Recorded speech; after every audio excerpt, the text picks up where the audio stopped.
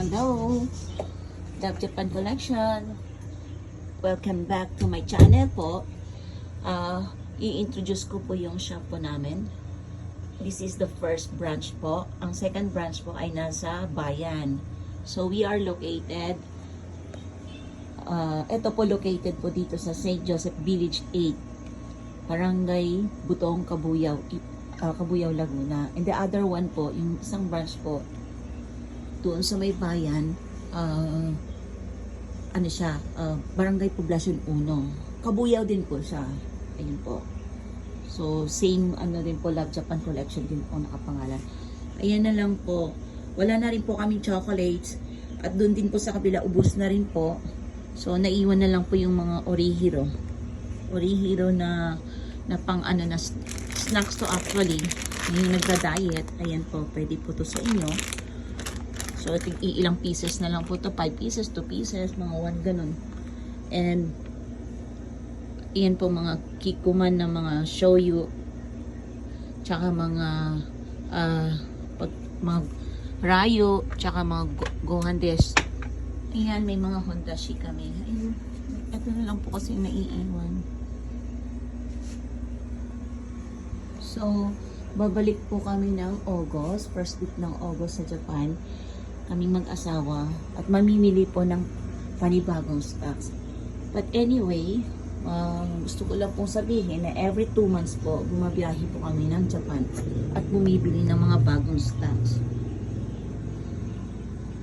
So meaning, every 2 months po, bago yung stock namin at yung nabili po namin, yung mga old stock, ginagawa ko po, sinisale ko din po minsan or pag talagang nauubos na talaga, minsan 1 month pa lang bumabiyahe na ulit kami. So, mas maganda talaga yung puno yung laman. Doon sa kabila, hindi na rin puno. Nagagalit na yung sister ko. Kasi wala na nga rin siyang, kasi may mga customer siyang pumupunta na, ba't ganun? Lagi na lang daw, paunti-unti na lang daw yung laman ng shop. Ayan, may mga shampoo kami. Ito marami akong binili nito. Siguro nasa each tag nito scent. Bumili po ako talaga ng tag 2020. So yan na lang po. Pati yung isa ubos na rin. Ayan. Meron po akong mga cleansing oil, ganun, mga makeup na affordable lang po, mga lip gloss. Nasa Daiso ko po pinili yan, pero made in Japan po. Ayan po, DHC. Ayan na lang. So nakikita nyo na mapapasin na medyo konti na nga lang din po talaga ang laman nito. Katulad nito, ayan po, ganyan na lang po ang nangyayari. Kalbo-kalbo na po siya. Ayan, may mga barley po kami. Itong barley po, by pieces ko po kasi, ay hindi, 11 pieces ko pala binibenta to kasi medyo may pagka-pricey po kasi siya. Tsaka itong Yamamoto, ginaganito ko rin po to para at least yung gustong bumili at mag-try yung ganong pieces muna. Ayan, mga Milano Sisi.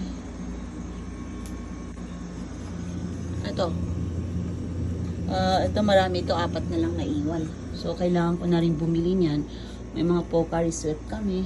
Hada Labo. Ayan, tsaka yung Sana Home po, Nameraka Home po.